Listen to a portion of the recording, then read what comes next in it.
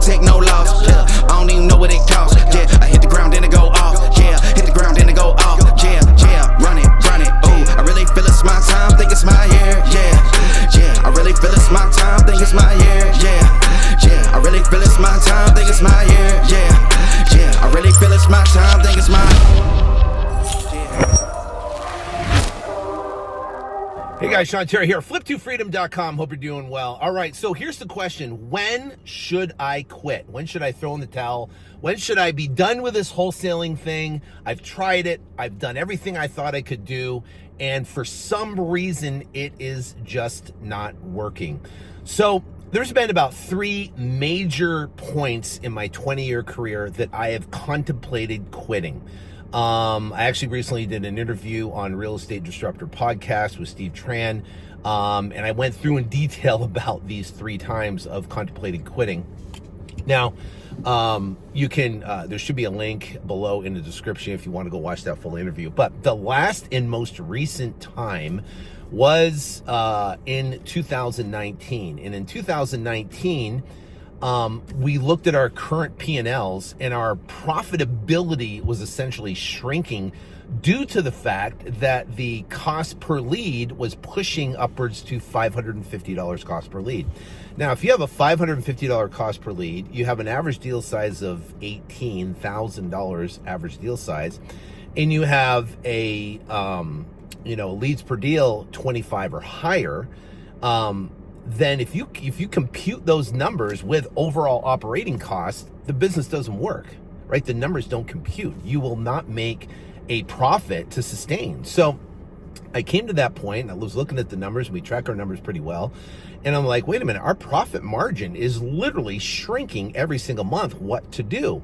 So at that point, and at the time I was thinking, and we tried we did Google AdWords, we did billboards, we did ringless voicemail, we did cold calling, we did door knocking, we did direct mail. Of course, we were dropping 100,000 mailers a month locally in Phoenix here to generate leads. It was insane. I felt like we attempted everything. We attempted everything we could do.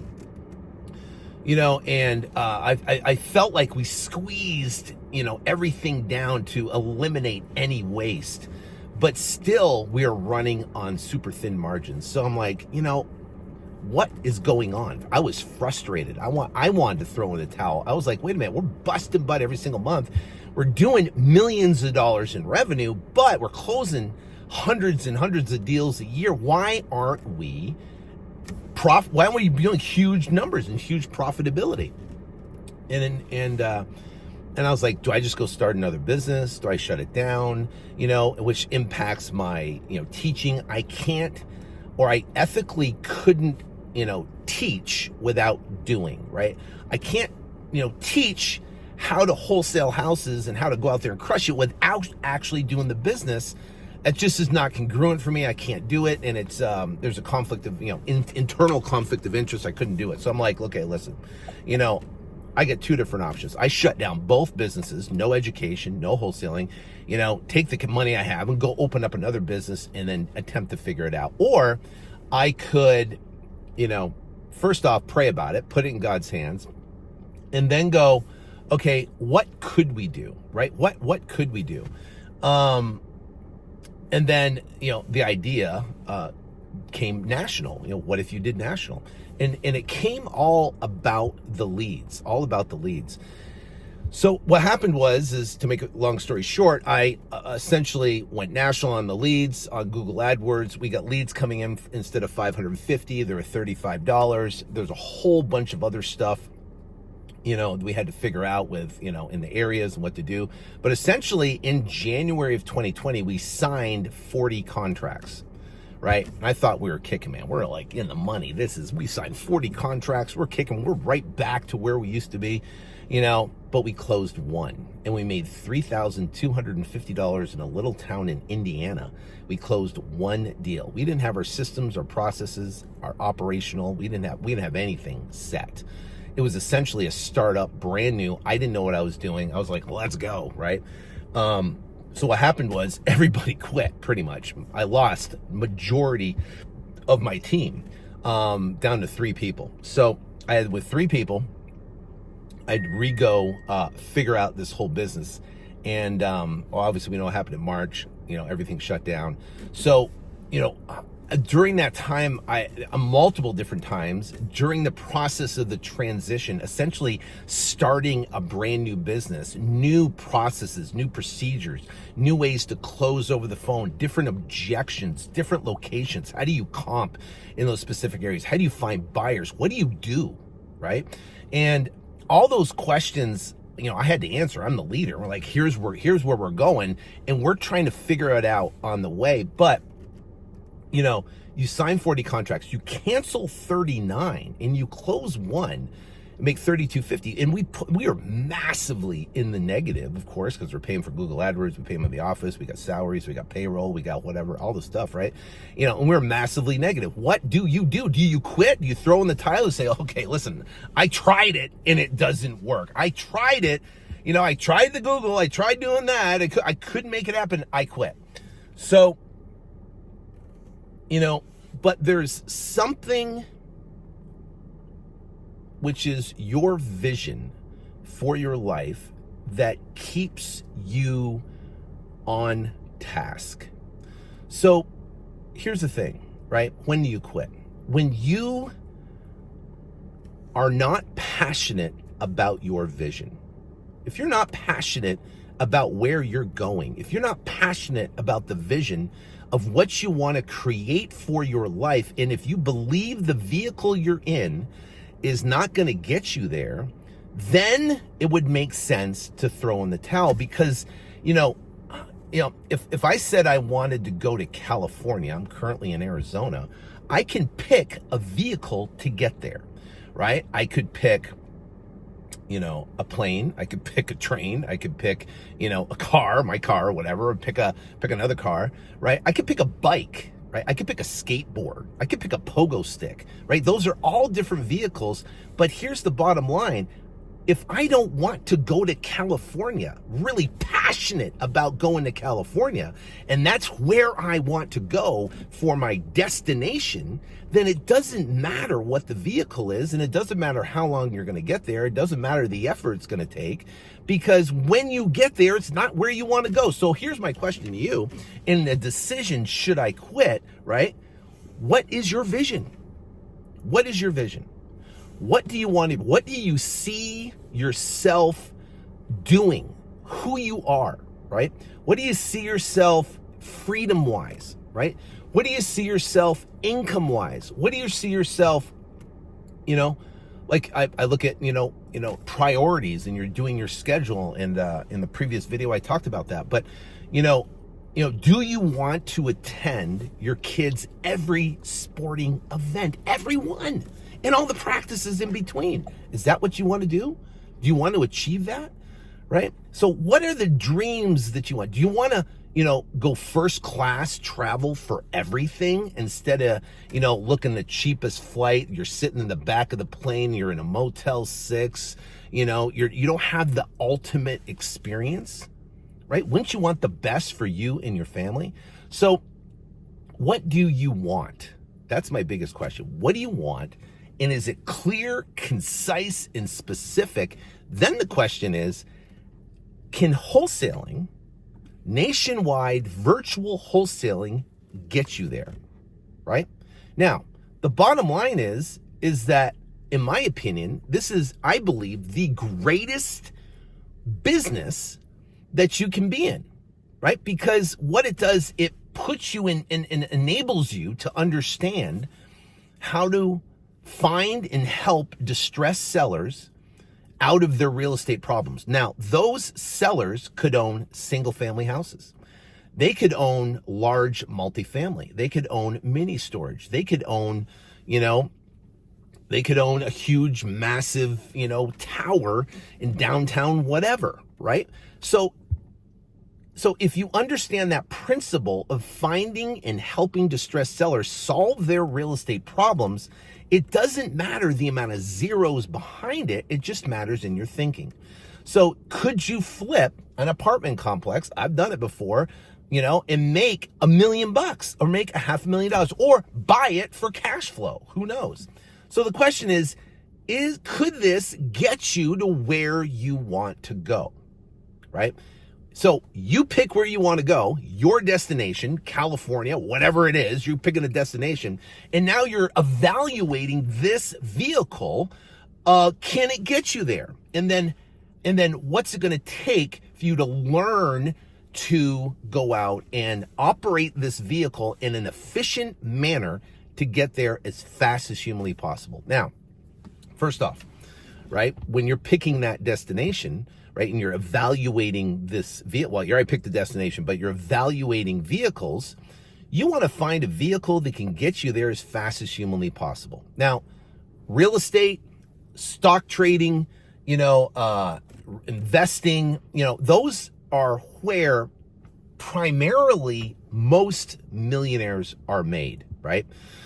So it's a proven vehicle to get there, right? It's a proven it works. Then what you got to do is we got to go, okay, now you got to, find a lane, attempt to do this. And you got to say, okay, do I want to be on a pogo stick? Do I want to be on a skateboard? Do I want to be a, Porsche, Taycan Turbo, electric, go? Or do you want to be in a, maybe you want to be in a Lear jet and you want to get there?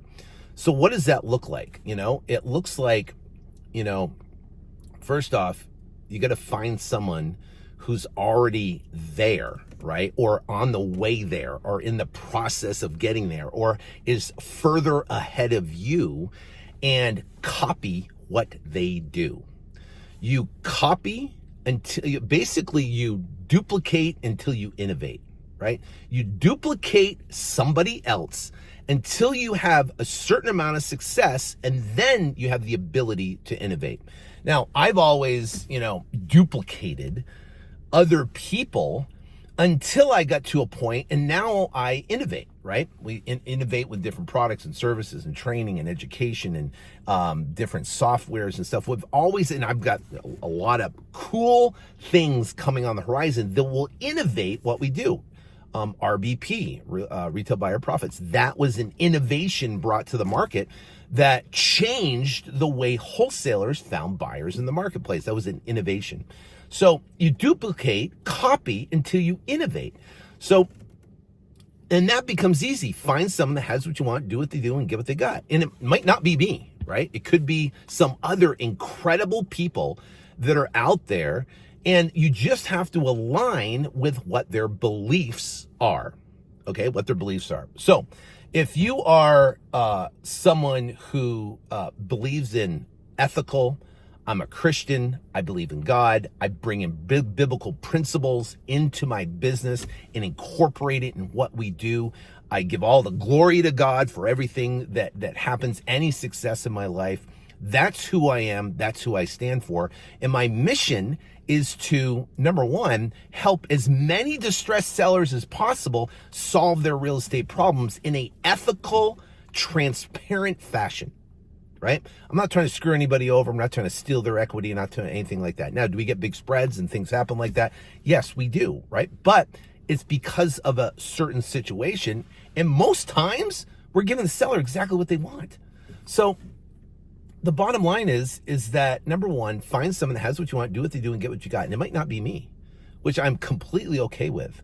That's fine, because there are some incredible people out there that I love and I've known forever that do an awesome job teaching. Find someone that you can relate with, and then literally duplicate what they do. Buy every course, training, education, listen to their videos, listen to their content, dive in and duplicate what they do, and keep your vision in front of you. You know what wakes me up in the morning? My vision. You know what? I read it in the morning, read it in the evening. What keeps me going when it sucks? Vision. What keeps it going when things are bad? Vision. So if you have a crystal clear vision on exactly what you want to create, that's your destination, you're going to go there. And if you have to believe it, you have to know it, it's going to happen no matter what, you are going there. You're in a vehicle, you're learning how to pogo stick, right? You're learning how to do whatever, the vehicles. You're learning how to drive, maybe drive a bike, right? And you fall off and you skin your knee and you're bleeding and you're like in pain. It's like, I don't know. And you're fearful. Maybe it's not going to work for me. Maybe I can never get on a bike and balance. Maybe it'll never work, but maybe it will. And if someone else can ride a bike, if someone else can pogo stick to from Arizona to California, I don't know if that's ever been done, but you can too. And if someone else is further ahead of you and someone else has the success you want, duplicate them and then innovate, right? And then you're going to make a difference and a change to our current industry, which is amazing. Then you get to impact other people in a positive way, which is amazing. So the bottom line is you have what it takes. You have the right mentality. You have the right attitude. You have the right skills to do it. You can learn those skills. There is nothing that you could tell me that could inhibit you from having the success that you desire, right? Now, I mean, within reason. And within medical reasons, right? I understand there's, medical situations that inhibit people from doing certain things, and that's unfortunate. But the bottom line is that for the majority of people, don't make excuses of what you don't have or what you can't do or what you don't know or what you might not happen. You have the ability to make it happen. You have the ability to have that success. Just push forward in faith, right? Ask God for help. And if you continue and you never give up, you never quit on your dream, you never quit on your goal, you never quit on what you want, that vision for you and your family. If you never give up on that, then success is inevitable. It's inevitable. Right? You're going to get a little win. And what happens is the tide's going to turn because it's almost like the universe or whatever, they want to test you to see how bad you want it. They're just not going to give up success, right? Only 3% of the population is successful. 97% are working for somebody else, living a job, living, month to month or whatever, So you want to achieve the level of success, then you got to go through barriers. It's a test to see how bad you want it. And what happens if you hammer and it's like a rock. If you keep hammering that rock, nothing's going to happen. Nothing's seeming like it's happening, but you keep hammering that rock and eventually, boom, it just cracks open. Well, that's what's going to happen for you. You're just going to hammer and you're going to hammer and you're going to hammer. You're going to continue. You're going to make offers, talking to sellers. You're going to hone your craft. You're going to get better. You're going to get better. You're going to get better. And then bam, that rock is going to crack and the tide's going to turn and success is going to come so fast. Then your head's going to be spinning. It's going to be, people are going to be like, holy cow, what happened to him? What happened to her? What happened? It's going to seem like an overnight success. But it's not. You know that you've been pounding on that rock every single day. So you have what it takes. I believe in you. Have faith. You can do it. Go out there and crush it. And have a blessed day. If you could share this, I greatly appreciate it. Otherwise, have a great day. God bless. I can't take no loss. Yeah, I don't even know what it costs. Yeah, I hit the ground and it go off. Yeah, hit the ground and it go off. Yeah, run it.